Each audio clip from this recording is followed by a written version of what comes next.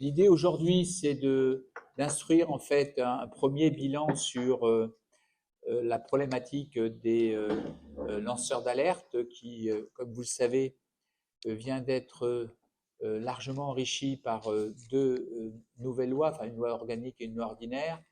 loi Wasserman. Et donc l'idée, c'est de voir quelles sont les conséquences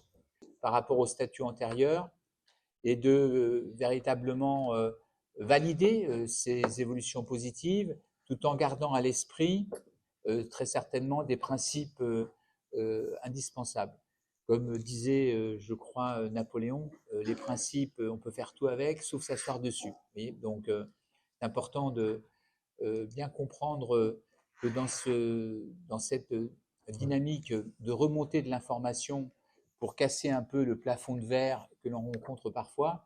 il est indispensable de voir, de garder deux principes tout au moins. Le premier, c'est celui de la prudence, parce que malgré tout, il peut y avoir des personnes, on en a vécu dans le passé, qui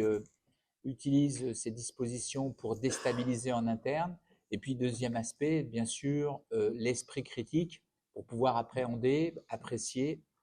pour faire en sorte de situer l'importance de l'alerte qui est portée par le lanceur d'alerte. Ceci étant dit, ce que l'on peut constater, nous qui suivons ce dossier depuis en fait une dizaine d'années,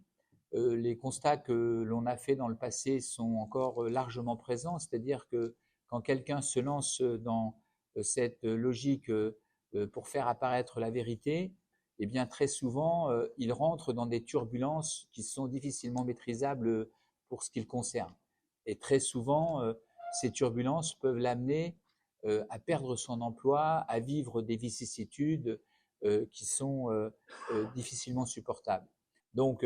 la vingtaine de lanceurs d'alerte que nous avions étudiés, avec lesquels nous avions réalisé l'étude il y a 5-6 ans, les 20 lanceurs d'alerte étaient unanimes pour dire que ça avait été une catastrophe dans leur vie après, pour simplement se défendre par rapport à ce qu'ils avaient vécu. En cela, il est important de signaler que la législation, heureusement, a évolué, y compris depuis la loi Sapin 2, mais encore faut-il, je crois, garder à l'esprit que les risques sont bien présents et que quelquefois, plutôt que de prendre trop de risques, peut-être qu'il faut réfléchir pour s'avancer dans ce chemin de manière plus collective. Le fait est que pour nous, on le voit au niveau des CSE, très souvent, il y a un chemin à emprunter pour ne pas être dans une logique